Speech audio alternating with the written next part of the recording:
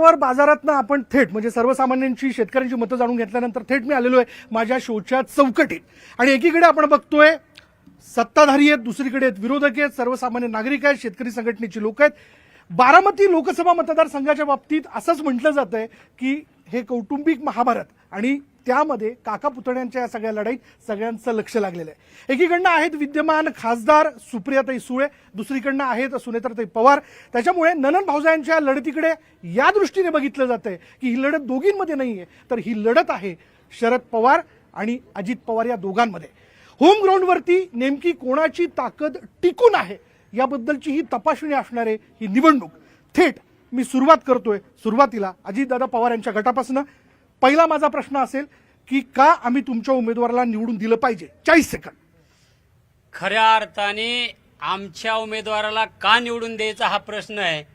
तर आम्ही एवढंच सांगेल की 15 वर्षामध्ये खासदारांना 15 वर्ष आम्ही निवडून दिलं, परंतु बारामतीचं कधीच भलं झालं नाही.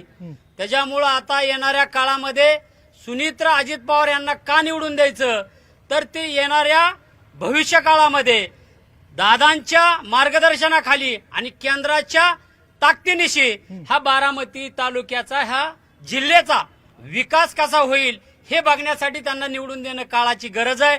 निश्चितपणाने ह्या तालुक्याचा ह्या शहराचा विकास करत असताना आदरणीय दादांनी कधी जातीपातीचं राजकारण न करता एक सर्वसामान्य जनता ही म्हणूनच बारामतीकरांना बघितलं, आपलं कुटुंब म्हणून. आज दादांनी ह्या सर्वांना मदतीचा हात दिला, विकासाच्या माध्यमातून बारामतीला पुढे न्यायचं काम केलं.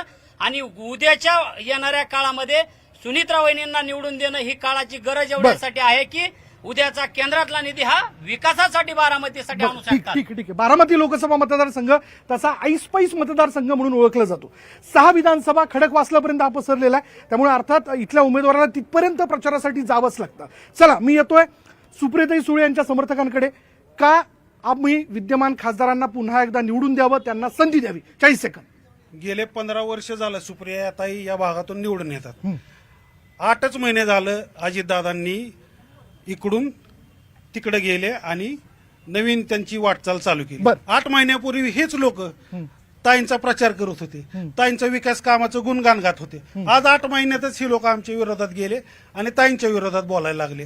आज आदरणीय शरदचंद्रजी पवार साहेबांनी 67 सालापासून या भागाचं नेतृत्व केलेले. इथले पाण्याचे प्रश्न असू द्या, आमच्या भागामध्ये MIDC आदरणीय शरदचंद्र पवार साहेबांनी आणले. आमच्या भागात जेवढ्या MIDC आहेत तेवढ्या सगळ्या साहेबांनी आणलेले आहेत. साहेबांनी आमच्या भागामध्ये बारामतीला शिक्षणाच्या दृष्टीने एक मोठं बारामतीचा आपण एक शिक्षण हब किंवा शिक्षणासाठी जेवढ्या ज्या फॅसिलिटीज लागतील त्या इथं त्यांनी उपलब्ध करून दिल्यात. त्यामुळे बारामतीकडे बघायचा दृष्टिकोन आजूबाजूच्या लोकांचा हा वेगळा आहे. आणि आतापर्यंत सुप्रियाताई सुळे यांनी बारामतीच्या विकास कामामध्ये त्यांच्या खासदार निधीतून बरीच कामं केलेली आहेत. आमच्या भागामध्ये पालखी तळमार्ग, पालखी महामार्ग असू द्या, रिंग रोड असू द्या, आणि ही जे बारामतीत आता मेडिकल कॉलेज असू द्या, ही जी बाजूला आता जे उद्घाटन झालेली आहेत, आता जे झालेले एसटी स्टँडचं उद्घाटन असू द्या, मुख्यालय, हे महायुतीच्या महाआघाडीच्या काळामध्ये आमच्या मंजूर झालेली काम आहेत. उद्घाटन आता झालं. एवढा विकास त्यांनी केलाय म्हणून आम्ही म्हणतो की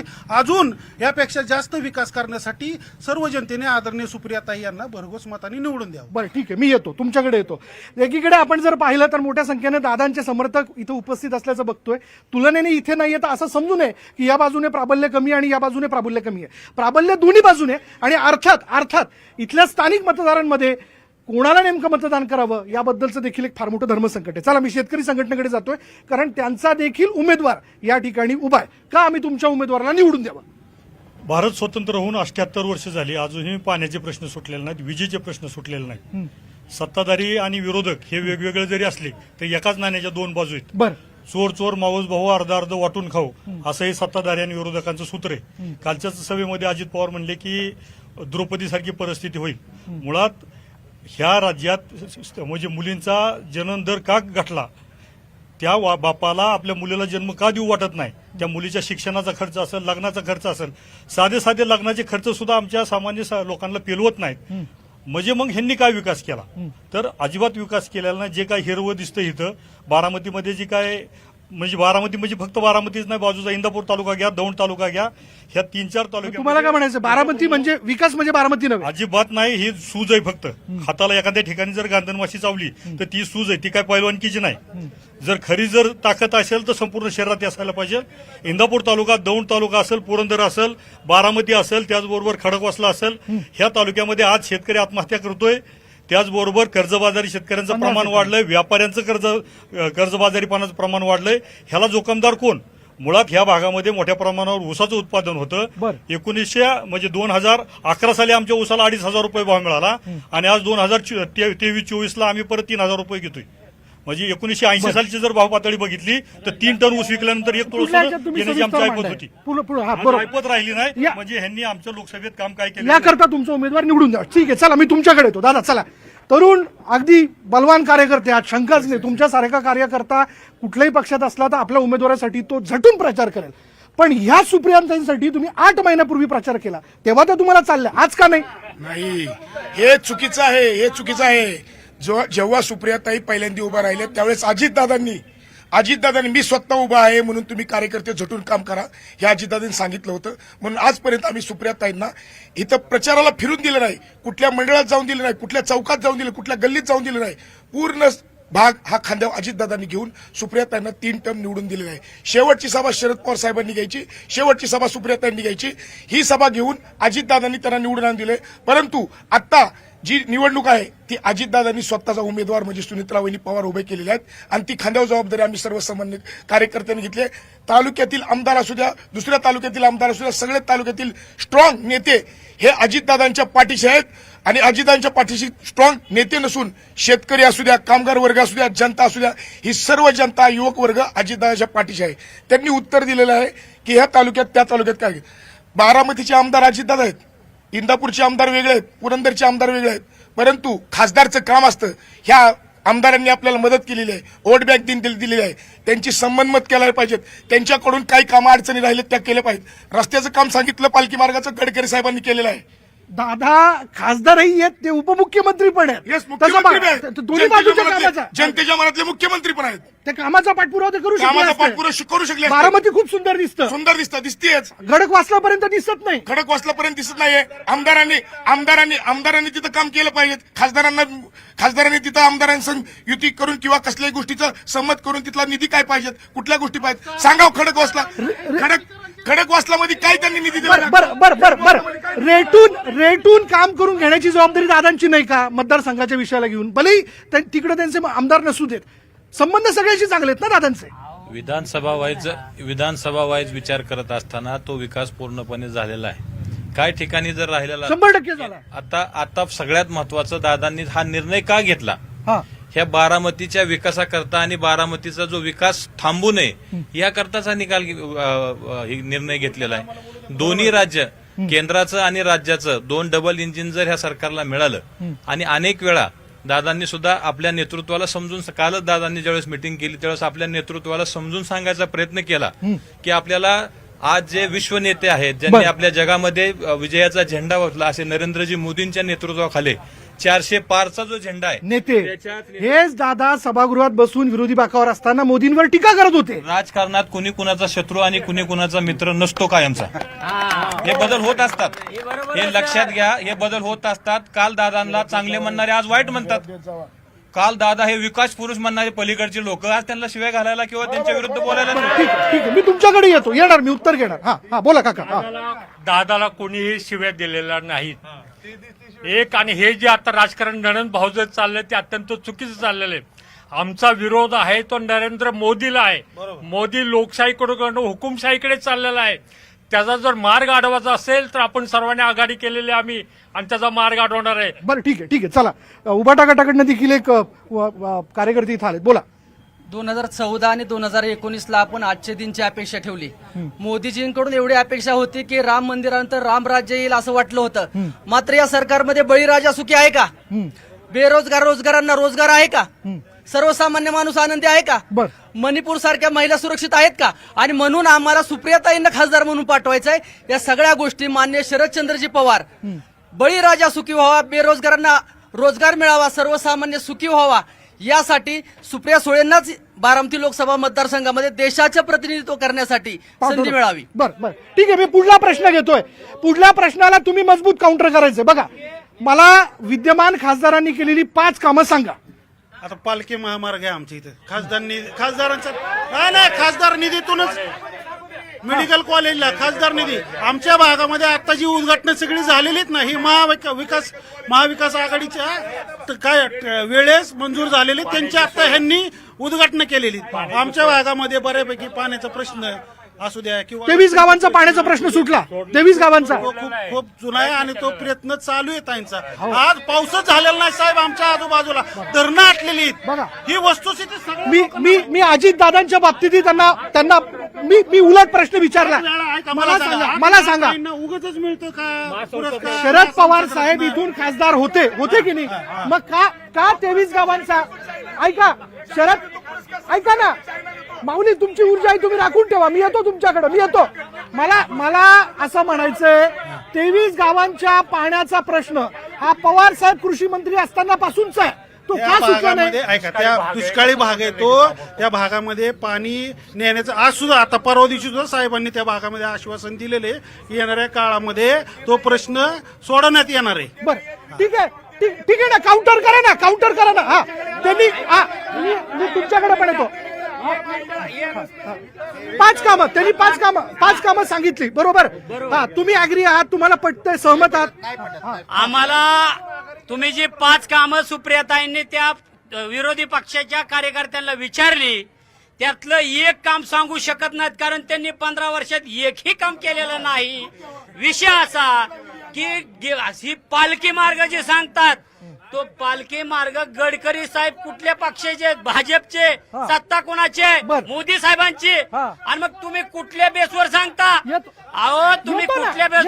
बारामती एसटी स्टँड, ऐका साहेब, बारामती एसटी स्टँड असेल, मेडिकल कॉलेज असेल, ऐका, आयुर्वेदिक मेडिकल असेल, विद्या प्रतिष्ठान असेल, तुम्ही मुख्यालय बघा, पोलीस मुख्यालय बघा, अनेक विकास कामं अजित पवारांनी केलेले आहेत. पण सुप्रियाताई आतापर्यंत तालुक्यामध्ये एक दिवस सुप्रियाताई कुठे गेल्या सांगा? कुठल्या 24 गावाचा प्रश्न पाण्याचा आहे? कधी मार्गी लावला?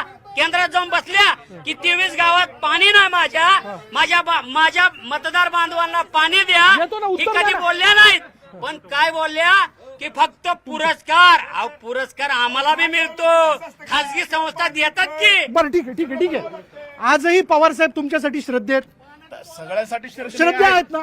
मग तुमचं काय म्हणणं आहे की सगळंच अजित पवारांनी केलं, शरद पवारांनी काहीच केलं नाही, सुप्रियाताईंनी काहीच केलं नाही? अजित दादा 1990-92 ला राजकारणात आल्यानंतर जे विकास झालेला आहे ते कोणी नाकारू शकत नाही. आता त्यांनी आमच्या मित्रांनी जो मुद्दा काढला एमआयडीसीचा, एमआयडीसी 73 साली आली, समजा विद्याप्रतिष्ठान बांधलं, त्यानंतर विद्याप्रतिष्ठानला वाढवण्याचं काम फक्त पूर्वी एक इमारत पवार साहेबांनी बांधलेले, पण मोठं संकुल आणि वटवृक्ष उभे करायचं काम पवार साहेबांनी केलं. अजितदादांनी केलेलं कोणी नाकारू शकत नाही. तुम्ही पवार साहेबांचं काम नाकारता? पवार साहेबांनी दादांना संधी दिल्यामुळे दादांनीच काम केलेलं आहे. पवार साहेब राजकारणात असताना परिस्थिती काही विकास नव्हता, पण दादा राजकारणात आल्यानंतर जो विकास झालेला आहे, आता तुम्ही मेडिकल कॉलेज दादांनी बांधलं, एसटी स्टँड दादांनी बांधलं, बाकीच्या गोष्टी दादांनी काढल्या, शोषीकरण दादांनी चाललं. सुप्रियाताईंनी फक्त तिथं त्यांच्या आता जी त्यांचे ते कार्याचा अहवाल दिला ना, त्यात फक्त पत्रिका छापायचं काम केलं की मी केलं. मग हे तुम्ही मान्य करता की पवार साहेबांनी दादांना संधी दिली नसती तर हे आज ते दिसले नसते, हे मान्य करता? नाही, संधीचं सोनं. ऐका की साहेबांचे पुतणे दादा आहेत म्हणून दादाचं घरीच बसले असते, कामच नसतं केलं तर बारामतीचा विकास दिसला नसता. आणि बारामतीचा विकास दिसलाच नव्हता. हे काम फक्त दादांनी केलेलं आहे. संधी मिळते पण संधीचं सोनं करण्याचं काम दादांनी केलेलं आहे. आणि विकासाची गंगा गोरगरिबांपर्यंत फक्त दादांनी पोहोचवलेली आहे. ठीक आहे. शेतकरी नेते. हा टाटा इन्स्टिट्यूटचा अहवाल आहे. महाराष्ट्रामध्ये त्याचबरोबर भारतामध्ये शेतकरी का आत्महत्या करतोय, तर शेतकऱ्याच्या शेतमालाला भाव मिळवून देण्याचं काम कोणत्याही संसदपटूने आतापर्यंत केलेलं नाही. पवार साहेबांनी आमच्यावर असं उपकार केलं, 8.5% रिकव्हरीचा बेस 9 केला, 9चा 9.5 केला. ह्या भाजपवाल्यांनी 9.5चा 10 केला, 10चा 10.25 केला. पीक अवरेजचा 1 पॉईंट म्हणजे 3% रिकव्हरी आमची पर टन चुरली. म्हणजे पर टनाला जवळपास 1,000 रुपये उसाला भाव कमी मिळाला. आताच आपले एक मित्र म्हणले की इथं शिक्षणाचा हब झालाय. 3 वर्षाला 30% फी वाढती साहेब आमची पोरांची. ही शिक्षण संस्था ही जी आमच्या पैशातनं ही तयार झालेली आहे त्या साहेब 7,000ची फी आता 40,000वर गेली. बापरे. आमच्या ऊसाचा भाव 2,500 आता 2700-2800 आला. म्हणजे आमच्या शेतीमालाच्या भावाच्या वाढात मात्र 0.% मध्ये आणि ह्यांच्यात म्हणलं की डायरेक्ट 30% वाढलं. बर. म्हणजे ह्यांनी जी काय विकास केला म्हणतात बापाच्या म्हशी विकून विकास केलेला नाही. आम जनतेच्या खरातनं विकास झालेला आहे आणि ते बी दरसोडीत झालेला आहे. हा येतो ठीक आहे, आला मुद्दा लक्षात. हा बोला हा. आता ह्यांनी सांगितले की दादांनी विकास केला. दादा आम्हाला पण मान्य आहे, दादांनी विकास केला. बर. शरद पवार साहेब आहेत ना, ऐका, शरद पवार साहेब हे परीस आहेत. त्या पर्साला जो हात लावल त्याचं सोनं होत असतं. बरोबर आहे. आज मला साहेब सांगा, तुम्ही सोन्याचा कळसच दाखवता मंदिराचा, सोन्याचा कळस. अहो पण ते मंदिर, त्या मंदिराचा येतो. पाय आदरणीय शरदचंद्रजी पवार साहेब आहेत. त्या मंदिराच्या भिंती ह्या सुप्रियाताई आहेत. तेव्हा ते मंदिर उभं जाऊन आज यांनी नुसता सोन्याचा कळस उभा केला म्हणतात. विकास बघा, बारामतीमध्ये झाडं, रस्ते, लाईटी, ह्या सगळ्या गोष्टी म्हणजे नुसतं तुम्ही विकास करताय. हे आम्हाला मान्य ना झाला विकास, परंतु गोरगरिबाच्या हाताला काम कुठनं येत आहे. आज आमच्या भागामध्ये ज्या IT कंपनी झालेल्या आहेत आपल्या पुण्यामध्ये, बरोबर आहे, पुण्याच्या परिसरामध्ये MIDC मध्ये लाखो लोकांना रोजगार ह्याच्यातून साहेबांनी उपलब्ध करून दिला, ताईंनी उपलब्ध करून दिला. ह्याला विकास म्हणायचा असतो. बरं, ठीक आहे. गोरगरिबाला विकास म्हणून ठीक आहे काका. लोकसभेचं काम काय आहे का देवळं बांधणं, अमुक मंदिर बांधणं नाही, कायदा तयार करणं आहे. आणि कायदा तयार करायचा असेल तर कायदे तज्ञ तिथंच गेला पाहिजे, तरच लोकसभेमध्ये कायदे होतील. जर विरोधी पक्षाचे मोदी सरकारचं वेगवेगळे कायदे करत असेल तर त्याला विरोध करायला तिथं सुज्ञ खासदार गेला पाहिजे. ठीक आहे. मला हा. तुम्हाला मुद्दा सांगतो. पहिला पाण्याचा विषय सांगितला, 22 गावाचा पाण्याचा विषय सांगितला. तिथं 70% पाणी आले आता सध्या, विकास झालेला आहे.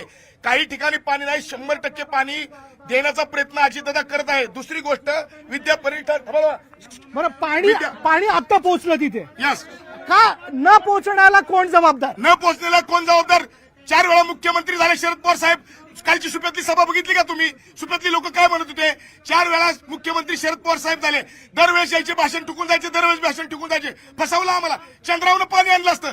म्हणजे बारामती लोकसभा मतदारसंघातल्या ग्रामीण शेतकऱ्याची हिटाळणी पवार साहेबांनी केली, अजितदादांनी केली असं म्हणायचं का पवार तुम्हाला? साहेबांनी केली ही टाळली. 4 वेळा पवार साहेबांकर पवार साहेबांनी केली असं म्हणतात. पवार साहेब आणि दादांनी 70% पाणी आणलं. कृषी मंत्री असताना. कृषी मंत्री असतानाही दादांनी पाणी आणायचा प्रयत्न केला. शरद पवार साहेबांना सांगितलं, त्यांनी त्या गावाला तसंच विरोध ठेवलेला आहे. दुसरी गोष्ट विद्याप्रतिष्ठान तुम्ही गंभीर आरोप लावताय, लक्षात घ्या. हो, गंभीर आरोप आहे आमचा. शरद पवारांनी केलं नाही ते बी. शरद पवारांनी काही केलं पाण्याचं. बरं, ठीक आहे. शरद पवारांनी नाही केलं. बरं, ठीक. लक्षात घ्या. थांबा. वट वृक्ष. एक मिनिट. विद्याप्रतिष्ठानचं म्हणताना एक छोटस रोपटं आजीदादांकडे दिलं विद्याप्रतिष्ठानसारखं. ते दादांनी मोठं केलं, त्याला फुलं आली, पक्षी यायला लागले. आणि आता ते आमचं रोपटं.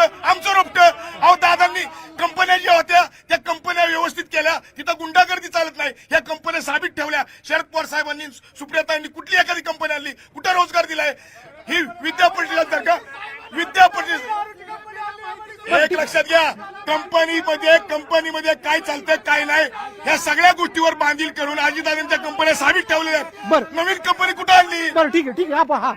ऐका ना. आदरणीय दादांचं एकच मत आहे की हे इलेक्शन गावकीचं किंवा भावकीचं नाहीये, हे इलेक्शन देशाचं इलेक्शन आहे. त्याचा विचार करून सुनेत्रा वहिनी पवार साहेबांना आपल्याला निवडून द्यायचंय.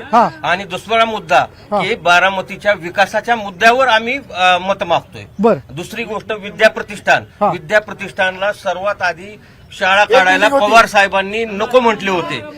अजितदादा स्वतः तिथं जे भूमिपूजन झालं त्यावेळेस आपले गुलाबराव एक मिनिट कुठे शाळा काढायला पवार साहेबांनी नकार दिला? MIDC मध्ये शाळा काढायला विद्याप्रतिष्ठानला इतक्या बाजूला शाळा काढायला विरोध होता साहेबांचा. दादांनी तिथं जागा घेऊन तिथं ज्यावेळेस भूमिपूजनाचा कार्यक्रम घेतला त्यावेळेस शरद पवारांचे सहकारी गुलाबराव ढवाण पाटील नगरसेवक होते आपल्या बारामतीचे, ते सुद्धा तिथं त्या ह्याला होते. तर म्हणले अजित कशाला इतक्या लांब तू आणलं इथं बाजूला? तर त्यावेळेस दादा म्हणले नाही बघा पुढे काय होतं. त्यावेळेस जागा डेव्हलपमेंट ही सगळी दादांची आहे आणि दूरदृष्टिकोनाने ते केलेली कामं आहेत. एक महिला भगिनी देखील आहेत आपल्या बरोबर. भगिनींकडे जाऊयात. यांनी आतापर्यंतचे केलेले आरोप आपण ऐकले. यांनी असं म्हटलं की 23 गावांच्या पाणी प्रश्नाच्या बाबतीत शरद पवारांनी दुर्लक्ष केलं. गंभीर आहे असं त्यांनी म्हणणं बरं का. शिवाय उद्योग सुप्रियाताईंनी आणले नाही, जेवढे उद्योग आणले ते अजितदादांनी आणले. MIDCची जी वाढ केली, विद्याप्रतिष्ठानची जी वाढ केली ती दादांनी केली. तुम्ही सहमत आहात का? तुमचं म्हणणं काय? मी स्वतः इथं या मैदानामध्ये अपक्ष उमेदवार म्हणून मैदानात उभी आहे. मला सांगावंसं वाटतं की आरक्षण मुद्दा असेल, पाणी प्रश्न असेल, ह्या मुद्द्यावरून जर खरं तर वादंग उठलेला आहे. आणि मी सुद्धा आता 4-5 तालुक्यांमध्ये माझा गावभेट दौरे झालेत. प्रत्येक गावात म्हणजे इंदापूरची 18 गावं असतील, बारामतीची 22 गावं असतील, दौंडमधली सुद्धा 20 गावं आहेत, पुरंदर तालुक्यात, मुळशी तालुक्यात आहेत की ज्या ठिकाणी रोजचं 100 रुपयाचं जर पाणी जारचं विकत घ्यावं लागत असेल तर हा फार गंभीर आणि गहन असा प्रश्न सामान्य जनतेसाठी आहे असं मला वाटतं. दुसरी गोष्ट रोजगार. आज जेवढ्या प्रमाणात युवा शिकून बाहेर पडतात, ग्रॅज्युएशन होतात, पण त्या प्रमाणामध्ये मात्र आज बेरोजगारीचा हा प्रश्न सुद्धा खूप गंभीर आहे. हाही मोठा आरोप आहे. इथे रोजगार नाहीत, पूर्णपणे नाहीत. आजचे युवा, इथले सुद्धा युवा नोकरीसाठी आज बाहेर मुंबई कोण जबाबदार याला जबाबदार कोण असेल तर सरकारही आहे आणि इथले आमदार खासदारही आहेत की ज्या प्रमाणामध्ये नाव घेऊन बोला. कोण? अजितदादा पवार असतील किंवा सुप्रियाताई सुळे असतील, इथल्या खासदार असतील, इथले आमदार असतील, तर त्या प्रमाणामध्ये जी लोकसंख्या आहे त्या प्रमाणामध्ये इथे कंपन्या आल्या पाहिजेत. आणि इथल्या जर कंपन्या बाहेर देशात जर जात असतील किंवा बाहेरच्या राज्यात जात असतील तर ह्याला कुठेतरी इथल्या प्रतिनिधी सुद्धा जबाबदार आहेत. बरं ठीक आहे. मी यांच्याकडे येतो. ऐका यांच्याकडनं तुमच्याकडे येतो. मला माझ्या शेतकऱ्यांनी केलेले जे आरोप आहेत या उत्तर. हे म्हणतात पवार कुटुंबाने काहीच केलं नाही असं आपण एक वेळ गृहीत धरू. तुम्हाला मान्य आहे? माझं नाही. मी सांगतोय ही निवडणूक गावकी भावकी एका लोकसभेपुरती नाही, ही पूर्ण देशाची निवडणूक आहे.